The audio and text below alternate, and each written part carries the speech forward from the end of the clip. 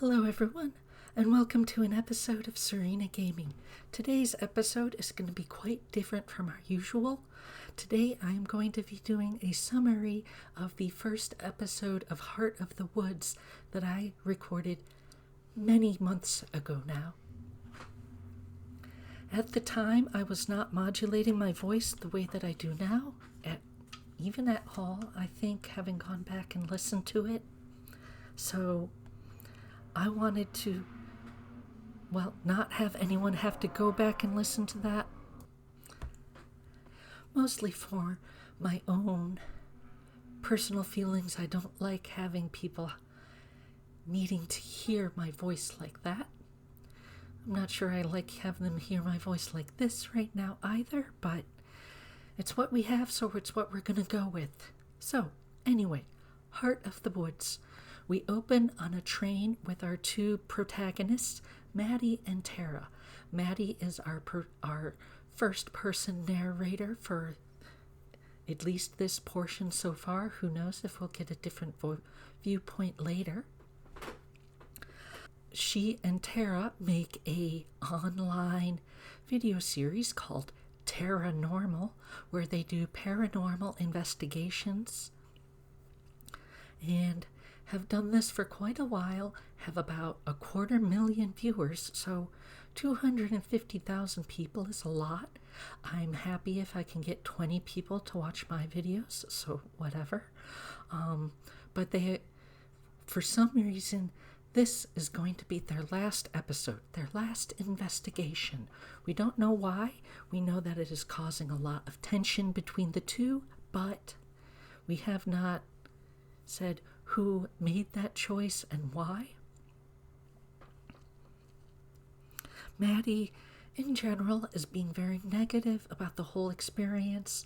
Tara is either trying to make the best of it, or at least having a stiff upper lip with everything she says so far.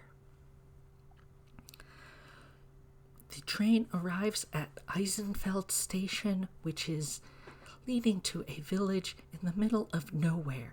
They are surrounded by snowy woods. It is a cold, snowy night when they are greeted by their host, Morgan. Tara expects Morgan to fangirl and be very excited to meet her favorite YouTube star, but in reality, we find that she's very low-key and much more interested in talking to Maddie than she is to Tara, which kind of disappoints Tara, but she does her best to, she shows it completely in her responses, but she tries not to let it get it to her too much. As they leave, we find that the only way to and from the village is by carriage, and Tara is afraid of horses, so that presents a challenge for her. It takes a few minutes for her to even approach the carriage before getting onto it. During the carriage ride, we get to learn more about Morgan and the village. Morgan explains some of the supernatural things that she has noticed about the village. They have freak weather incidents, storms that are completely out of nowhere and unpredictable. She's noticed will-o-wisps or foxfire, whatever regional name you have for that, lights in the woods at night. And she once saw what she describes as a spirit of the woods.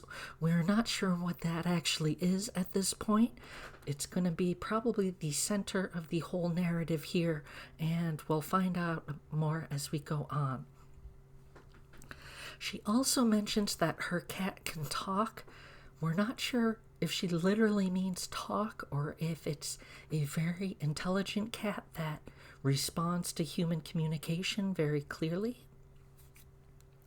or if she's just crazy. Who knows? When they pass the village and get close to arriving at the cottage, we meet Morgan's mother. She's immediately hostile both towards Morgan and the guests. We're not sure the source of the hostility, but it is not tried to be hidden at all. We are left to be interrogated in the morning, as Morgan puts it. I'm not sure how her mother would put it yet.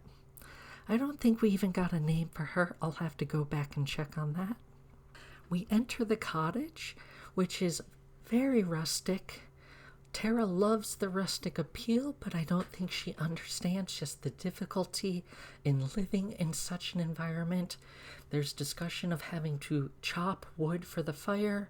The stove, oven don't work consistently, and they have to use lots of blankets at night to stay warm.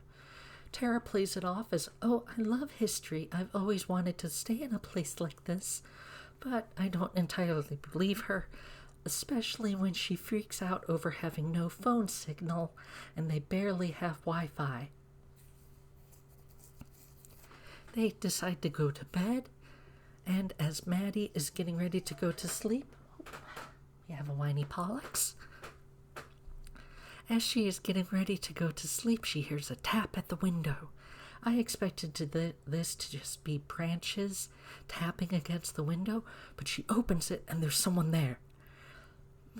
Morgan has come back to make sure they're ready between 8 and 8:30 the next morning. Maddie's a bit weirded out that she would come back just to tell them that, and she would do it by tapping on someone's window in the middle of the night, but Morgan is just a little bit off. But that's okay. I like her so far. The next morning, Morgan comes and they have a carriage ride into town. At this point, Morgan has the only carriage, full horse-drawn carriage that we see. So I begin to wonder about her economic and social status in the village. Her mother is obviously the mayor and runs everything. She runs her own shop, so it appears that she is a bit elevated above all the other villagers. As Morgan goes to run her shop, Tara and Maddie are left to their own devices. They begin by taking video of the village, and Tara imagines how to turn this into a spooky three-part episode or three-part supernatural series talking about adding in the sound of the wind and wolves howling and all these other things to make the village a lot more creepy than it is. The villagers themselves all acknowledge the outsiders but do not approach them. They grow suspicious when they realize they are being filmed, and none of them actively speak to them. So it's a little uncomfortable for everyone involved. Finally, near the end, they decide that they are going to go and begin interviews. Despite their occupation, they don't seem to be very good at doing interviews. They seem uncertain about how to go about it, which I found very surprising. Anyway, that is how we are introduced to Heart of the Woods. Maddie is our sword lesbian Renfest fan.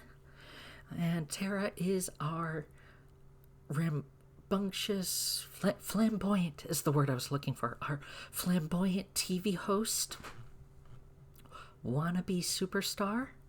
And so far, we have had no choices. No, do you go to bed? Do you stay up? Do you go to the bedroom on the left or the bedroom on the right? How do you, dress the next morning? No choices at all, which is very surprising for a visual novel. We will see where it goes from here. I am hoping with the interviews, we will begin to see more choices available, or any choices available, but we will find out in our next episode of Heart of the Woods. Thank you all for joining me today, and I will see you next time.